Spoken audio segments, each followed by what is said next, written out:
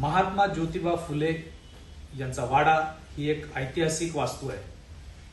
महाराष्ट्र शासनाच्या पुरातत्व विभागाने हे स्पष्ट केलं पाहिजे की अशा वास्तूत धार्मिक कार्यक्रम करता येतात का, आणि करता येत नसतील तर खासदार मेधा कुलकर्णी यांच्यावर गुन्हा दाखल करावा अशी आमची मागणी आहे।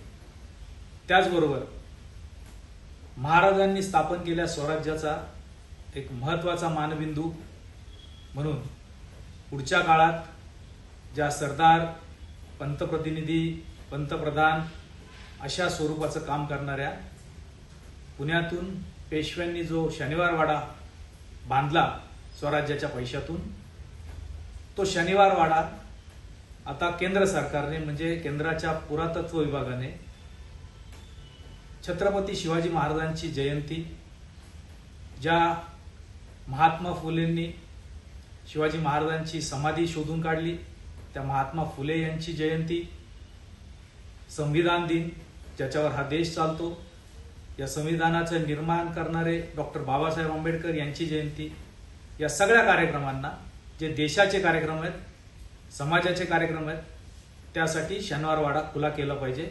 शनिवार वाड्याच्या आतल्या भागात परमिशन दिली पाहिजे अशी आमची मागणी आहे। त्या संदर्भातली पत्र आज मी महाराष्ट्र शासनाचं पुरातत्व विभाग आणि केंद्र सरकारचं ASI पुरातत्व विभाग यांना पाठवली आहे।